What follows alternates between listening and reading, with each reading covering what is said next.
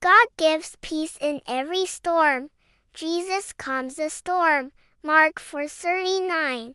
Peace, be still. One evening, after a long day of teaching, Jesus said to his disciples, "Let us go over to the other side of the lake."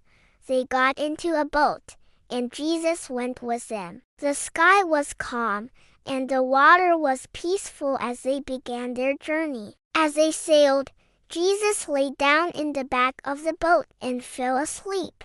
Suddenly, a strong wind began to blow. The waves grew bigger and higher, crashing into the boat. Water started filling the boat, and the disciples became very afraid. They tried to keep the boat steady, but the storm was too strong. Even though they were experienced fishermen, they felt helpless. In fear, they rushed to Jesus and woke him, crying out, "Teacher, don't you care if we drown?" Jesus stood up and looked at the storm. He spoke to the wind and the waves and said, "Peace, be still." Immediately, the wind stopped, and the sea became completely calm. Then Jesus turned to his disciples and asked, "Why are you so afraid? Do you still have no faith?" The disciples were amazed. They looked at one another and said, "Who is this? Even the wind and the waves obey him."